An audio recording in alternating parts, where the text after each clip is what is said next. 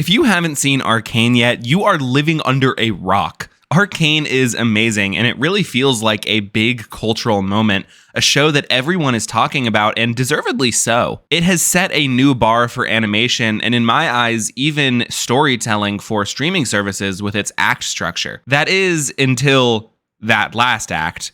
But we'll get into that later. As someone who unfortunately does play League of Legends, I was excited for Arcane all the way back when they dropped that first look. Victor is one of my mains as well, so Victor being in the show was even more exciting to me. Arcane also dropped at a pretty pivotal time in my life. November 2021, I was 20 and going through some pretty big life changes, and Arcane helped. Getting to watch it and follow it throughout those weeks was a good thing for me. Funnily enough, I'm actually going through similar life changes right now, and Arcane is back. If I had a nickel, right? So to me, as corny as this is, Arcane represents great change, and it being back in the zeitgeist has really fueled those thoughts even more for me. Point is, the show means a lot to me. Go spin the wheel and see where it lands. So how good is the show? Well, if you ask me, Season 1 is perfect. It is a masterclass. As for Season 2, though, Season 2, while overall good, feels a lot flimsier. There are cracks starting to show in the writing. Additionally, that ending felt off, like something was missing. I rewatched Season 1 and 2 right after finishing Season 2, and rewatching Season 1 reminded me of why we fell in love with this world and these characters. And it really reinforced my thoughts as to why Season 2 doesn't exactly feel the same. I remember when Arcane first came out and I watched that first act, knowing who Jinx is in League of Legends, I was sitting there like, how are they going to pull this off? How are they going to take this girl who is so kind and so smart and so loved and make her into Jinx? I just can't see how they're going to do it. And then in episode 3 of Season 1, the end of Act 1, when Powder goes to Silco, it's like, it's some of the best media I've watched. It's amazing. I think the whole world was shocked in that moment. Like, wait a minute. This show about League of Legends is good? More than good?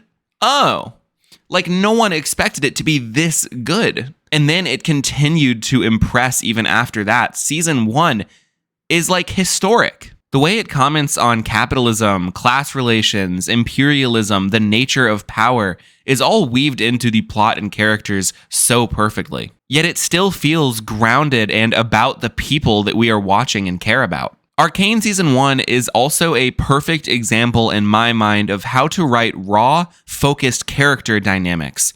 Not only Powder and Vi, but also Jace and Victor, Mel and Ambessa, Vi and Caitlyn. The way that those relationships are written in Season 1 is so good. I mean, I could talk about it for hours. And it goes beyond the character dynamics. The way that the characters actually push forward the plot is something that I sorely miss in a lot of modern franchise adaptations. I feel like so many modern superhero movies or fantasy shows or whatever just miss the mark on making sure that the characters feel connected to the world and the plot. This is not the case in Arcane, though. The characters push the plot forward, making active choices that have real consequences for not just their lives, but the world around them. In the very first episode of the show, Vi, Powder, Milo, and Clagger are going on a heist from the Undercity into Topside to steal from Jace's lab. This results in an explosion of Jace's Hextech orb, and that does a lot of things. It puts political pressure onto the Council of Piltover. He destroyed a building. Is this the sort of contribution we can expect? It puts more doubt onto Powder coming from Milo and over time Vi. Are you kidding? That was the best job we've ever done. Maybe just don't take Powder next time. It pushes Jace and his Hextech work into the minds of the Council. I was trying to create magic. And it introduces Victor to Jace. This approved by the Academy. Who authorized your research? It was an independent study. And that moment and all of those details are important even into the end of Season 2. They never forget anything that happens. There is old writing advice from Matt Stone and Trey Parker, the creators of South Park. What should happen between every beat that you've written down is either the word therefore or but, right? So what I'm saying is that you come up with an idea and it's like, okay, this happens, right? And then this happens. No, it should be this happens and therefore this happens. But this happens, therefore this happens. Action has consequence. Consequence informs the next actions, and those actions also have consequences. That is writing 101. Good writing 101. But in season 2, some of that just doesn't feel like it's there anymore. Mel becomes the chosen of Wolf because of stuff that we saw off screen that they tell us about with exposition. I'm one of you, a mage. We each have our own expressions.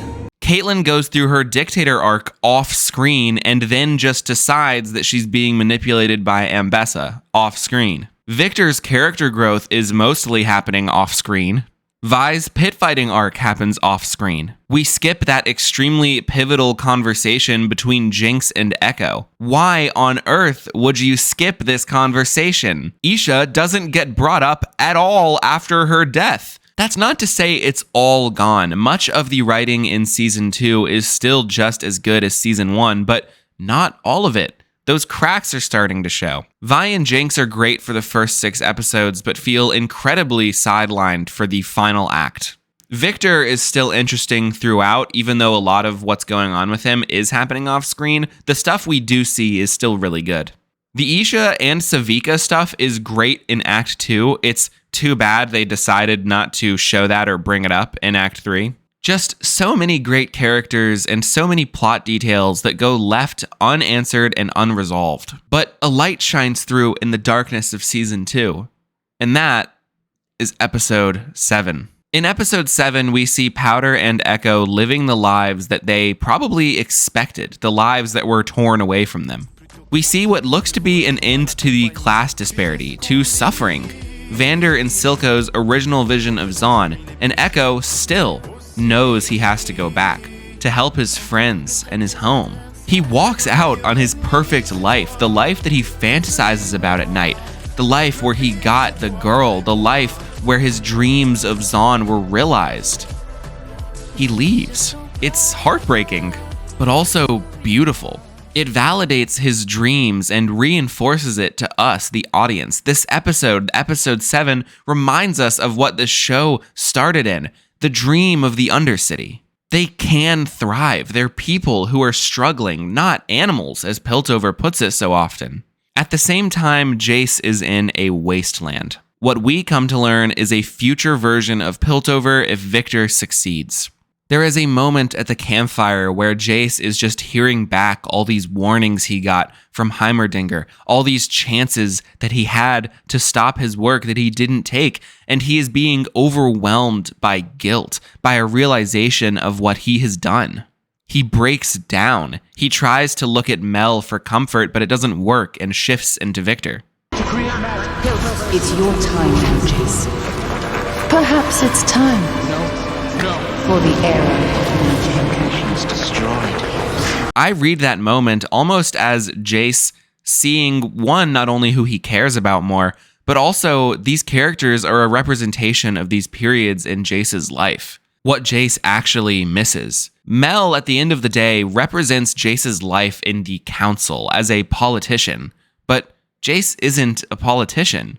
Jace is a scientist who had grand dreams with his partner, Victor. He did care about Victor. He did want to make the world a better place, but power and ambition and ego got in the way. Mel and Jace's relationship is very underlined by power, whereas Victor and Jace's relationship is underlined by dreams. I mean, in the finale, they literally absorb into each other's heads in an astral plane.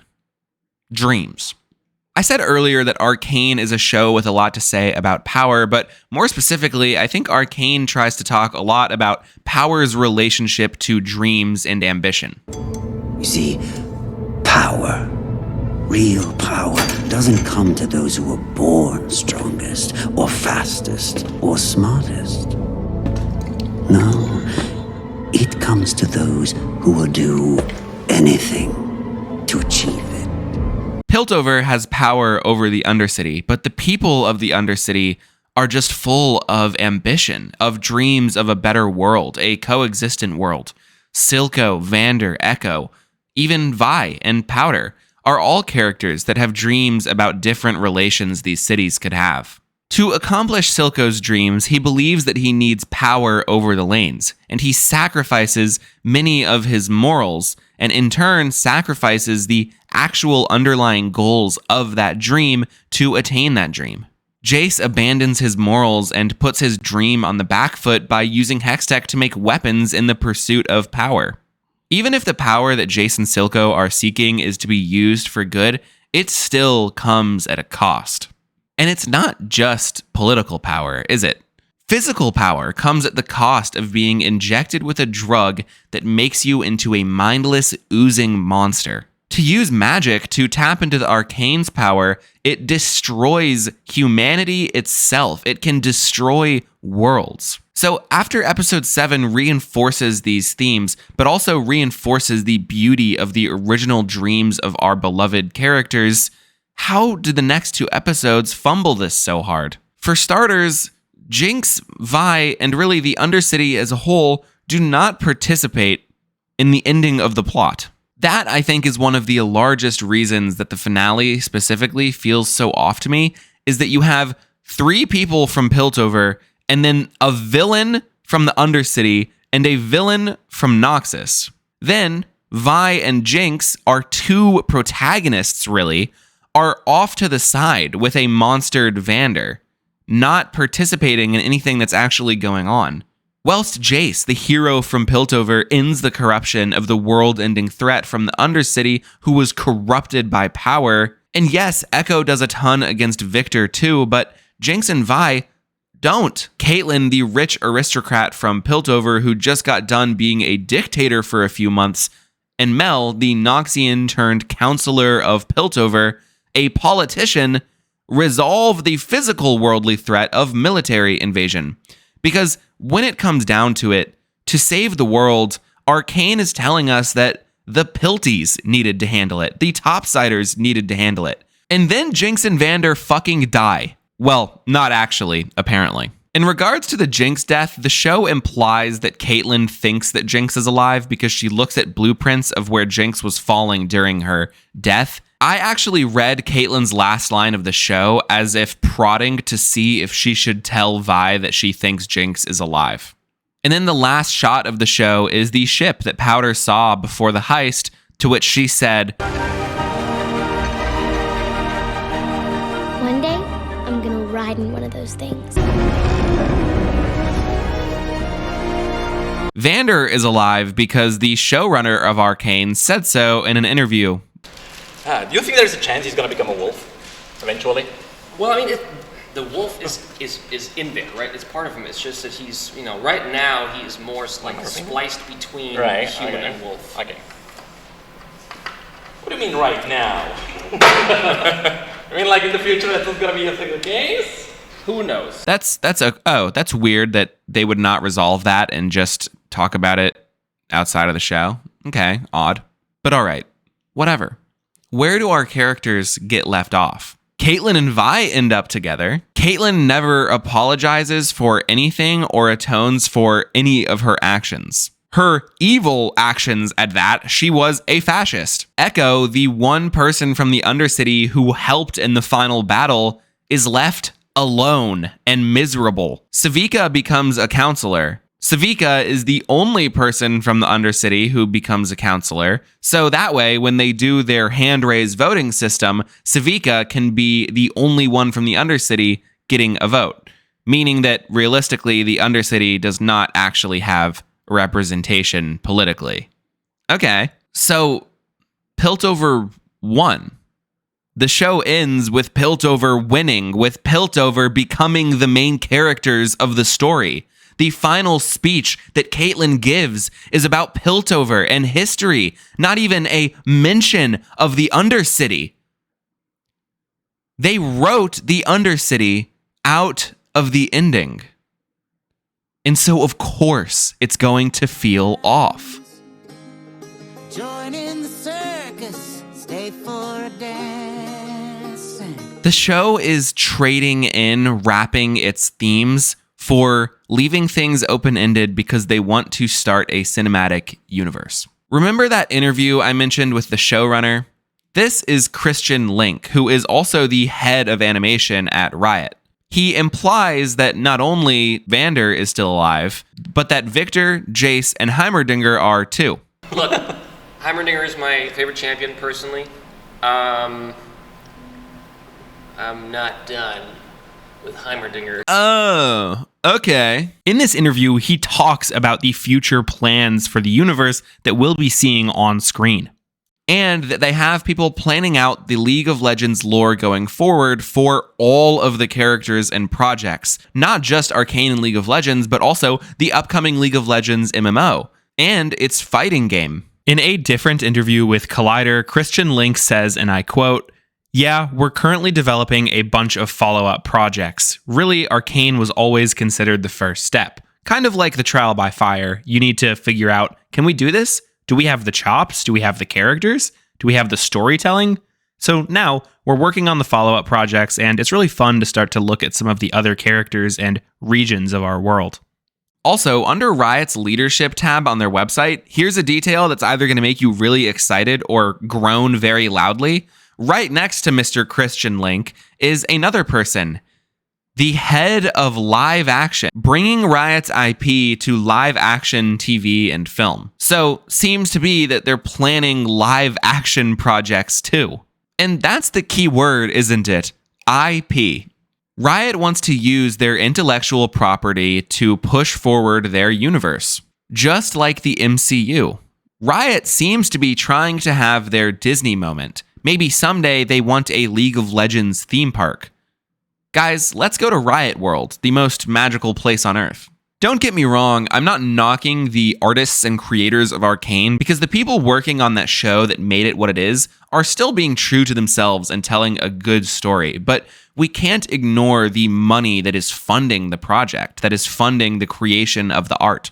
And that money is coming from a few megacorporations who want to inject themselves into the culture. Netflix is a culture vulture. We have known this. They have expressed an interest in having their own Star Wars. They have been trying to recapture the success of Stranger Things, and it looks like they've gotten that with Arcane. Arcane, for as amazing as it was, for how well it told us stories of the little guy, of class struggles, is being funded by mega corporations. Behind it, it is functionally the same goal as the Hasbro cinematic universe. Does Snake Eyes connect to the rise of the Beast? I sure hope so. Is Swain showing up in the next Arcane show? I sure hope so. Riot recently put out job postings for an internship of generative AI. This company is not the protectors of art. And maybe that makes it even worse that the Topsiders became the main characters of the story in the end of it. That's how the real world is. Jeff Bezos and Elon Musk, they get to be rich. But you, the average consumer, the fan of Arcane, me, this story was about us. But it doesn't end with you, and it doesn't end with me. It ends with the rich people getting theirs. You get culture wars, poverty, and mental health crisis. You're welcome. Keep marching on, my friends. So suffice to say, a lot of people seem very unhappy. I have seen a lot of positive sentiment still, but there is definitely a lot of anger amongst fan groups. League of Legends fans that are into the lore are pissed. Riot has insisted that Arcane is going to be canon to the lore of the video games and the rest of the universe going forward. And based on some of the things that happen in Season 2, that rips open the lore for a ton of established characters. While it can be tempting to think it's not a big deal, I would challenge you to think of what would happen if they changed Superman's origin story. At the end of the day, that would not be the same character. And for a lot of these characters in League of Legends, they have established lore, some of them up to a decade old, and that's just getting tossed out of the window for brand synergy. And yeah, I'm sure over time they're going to remedy some of this and come to conclusions that maybe people are going to be happy with. But at least for right now, it is a huge rip-up of established love for that fandom. And then many Arcane only fans who don't even care about League of Legends are also mad because Jinx and Vi and the Undercity were sidelined for the grander world of League of Legends IP. In Christian Link's interview with Necrit that I keep bringing up, he denies that that Jace and Victor have romantic feelings for each other. This made a lot of people mad as well. The only close relationship that two men could have is to be a couple, you know, and like these really close like friendships and like brotherhoods, if you will, and like really being there for each other, is something that was just something where like that was actually really important for us to explore. You know, it's like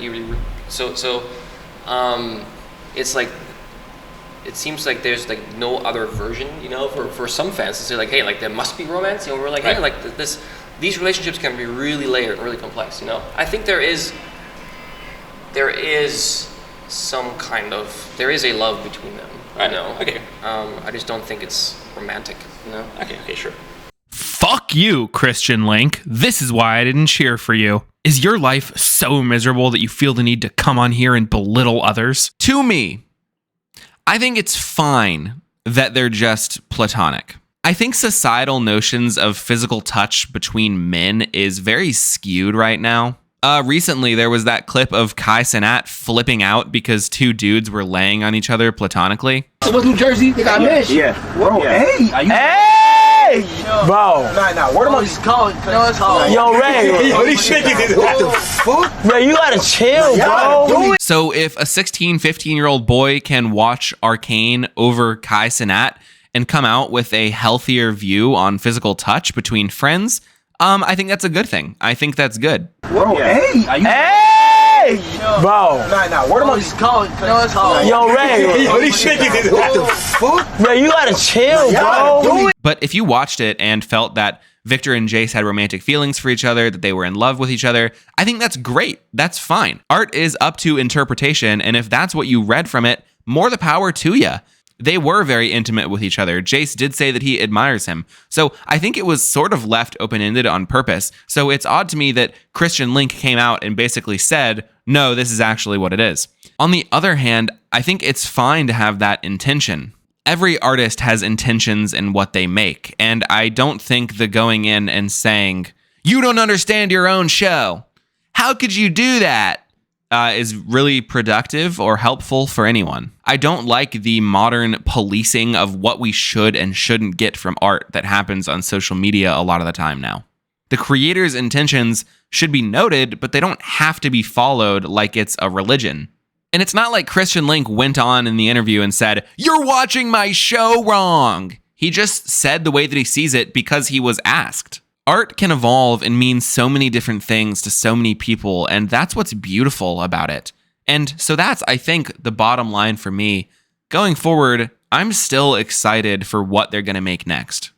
Overall, Arcane is art, and it's art that spoke to me. It made me think about its world and its themes and my own world. I connected with it over feelings of my past and present. Art should make you feel, and Arcane succeeded in that tenfold. For a lot of people. Arcane was inclusive too. It had amazing, respectful writing for people with disabilities. It was unashamed lesbian representation without some of the classic Hollywood fuck-ups that they put into lesbian representation in the past. And it was good representation for freaky little goblin people, and what's not to like about that? Even with my woes, I will 100% be watching whatever comes next out of League of Legends or Arcane's universe. That being said, if they make this another theme park ride, if they make this just another MCU, just another universe to keep up with, I'm getting off that ride.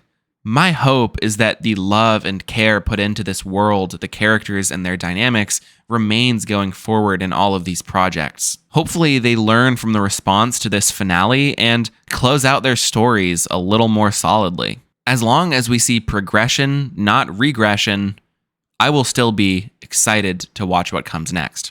But I can lose interest. It's obvious from my background probably, but I am a fandom Frederick. I like Pokemon, and I like Marvel, and I like all that shit. But I would be lying if I said that I haven't lost some interest in the MCU, or Star Wars, or Transformers, because I think a lot of people, not just me, are getting really tired of this modern formula of leaving things unfinished for future projects. And I think a lot of people expected that Arcane would be different, that Arcane wouldn't be like that. And since they kept advertising this as the last season of Arcane, people expected these characters' stories to be fully resolved, and they just weren't. Maybe we needed that reminder. The Boys is just about to get its 3rd spinoff along with its 5th season. Disney is kicking back up its franchise releases going into 2025. And maybe, just maybe, the cracks of Arcane becoming just another show where you go, oh, they made another one of those, is starting to show. Or maybe I'm being dramatic and League of Legends will continue to be the biggest IP in the world and we'll all go to Riot Land in 2046. I don't know. There is still a chance that Riot can stand out going forward. There has been reports that Disney is putting together fan focus groups to help guide them and not make fans mad in the making of their projects. Filmmaking by checklist. It's like Victor says, though. There is no prize to perfection, only an end to pursuit. For all the people that Arcane made mad, what it did show is that Riot is allowing the creators of these shows to take risks, to take liberties with their stories and tell real human stories with love and care and time spent. Riot did not rush their animators. Riot did not sit down with the creators and make a checklist of what they can and can't do. They let these people tell the story they wanted to tell with so much love and care that it has to be appreciated. Arcane and the League of Legends IP's fate is yet to be seen fully. For now, I'm glad that we got to experience it. The edits, the video essays, the cosplay, the hype, and the show itself. I'm glad we got to experience the cultural moment that is Arcane. If you enjoyed that, please do like and subscribe. It helped me out a lot. This was a tough video to format. I kept having to rewrite the script because I think of a better way to order my points, but I hope it comes out okay. Thank you so much for watching, though. I hope you have a wonderful day or night. Hippo out.